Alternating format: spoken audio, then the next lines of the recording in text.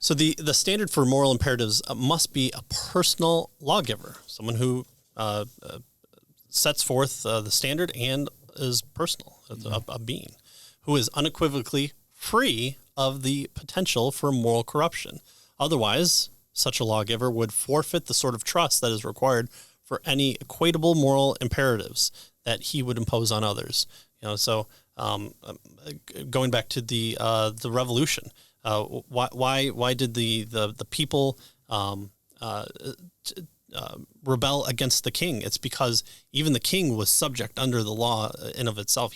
He was the actor who carried out the law and was able to move within certain directions to guide this understanding. But having a person that is, they knew that the law being imperfect, he was violating even in his capacity as the king. Right. And so they viewed it as a proper form of rebellion against this type of law. Right. A corrupted king can't be trusted.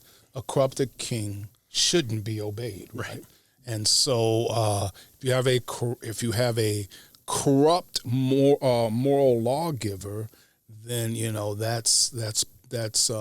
that's an excuse for pause. Wait a minute, I shouldn't be obeying him. So what he's saying here is, though, that you need a lawgiver who is morally incorrupt, right? So that they can be trusted to make to give the law that's correct and make the judgment that is moral. Right.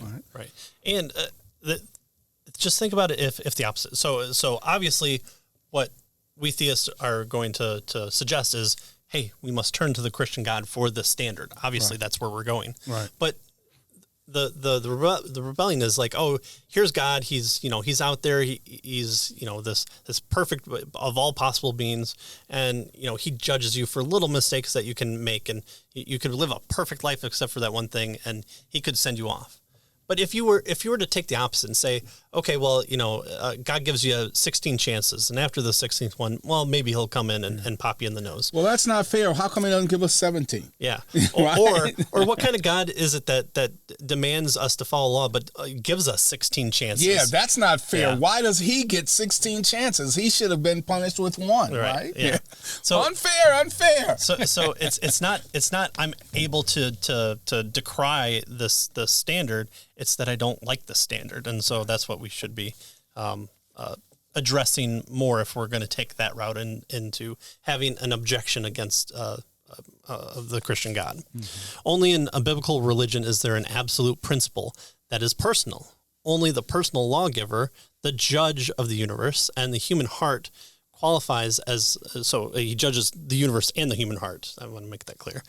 He justifies as the supreme exemplar of righteousness, justice, truthfulness, and love, and he's able to make beings for good and for destruction so that he can show this type of character to his creation. Yeah. And he's able to do that because he's made us, he owns us, he's able to dictate how the universe exists when you drop a pencil from the table or above the table onto the table, and he's also to tell you love your neighbor as yourself, don't cheat on your wife, and also do good works. Yeah, good. Yeah.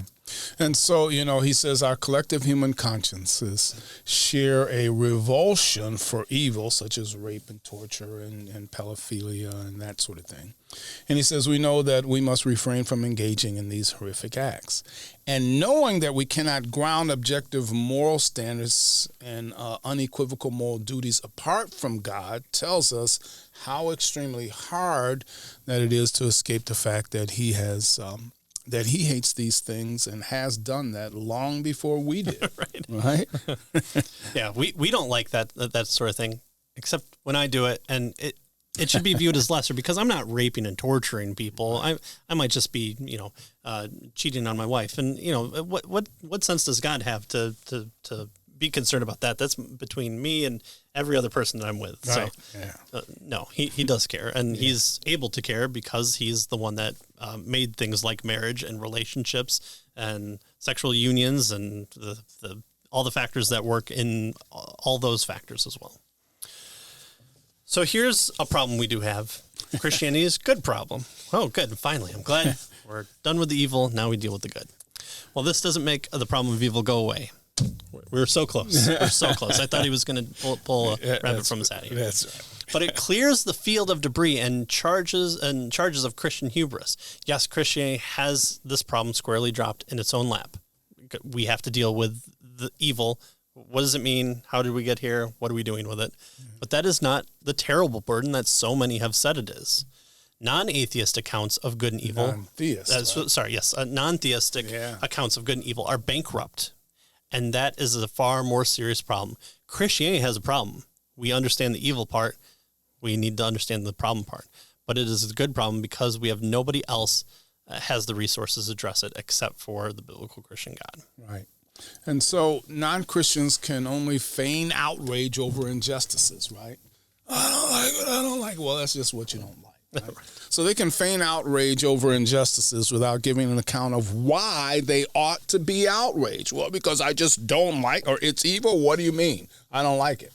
Oh, right. You stole my retirement money and you lived like a king. Yeah, but I had really a lot of fun. So I got to go to jail for the last 20 years of my life that were probably going to be the bad part. All right. No, you broke your word. Well, what does that have to do with anything? Oh, sure. Okay. Yeah. So what? Right. So non-Christians can, only feign outrage over injustices, right? Humans cannot explain why we suffer from injustices unless there's a way to objectively quantify that something ought to not have happened as it did, right?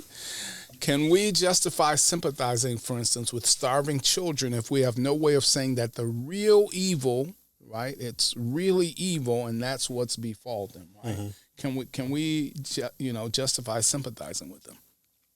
He tells us that biblical Christianity has a way to answer these questions that no other religion or ideology can match. And so, yes, there's a problem of evil. We have the problem, but he's suggesting we have answers. The non-theist, the atheist, has the evil part, right? And explaining that, and they don't have the answers, right? So that's the conundrum that he puts them in this particular situation, right? Where does evil? What is evil? What does it come from? Why does it exist? And that sort of thing. Yeah.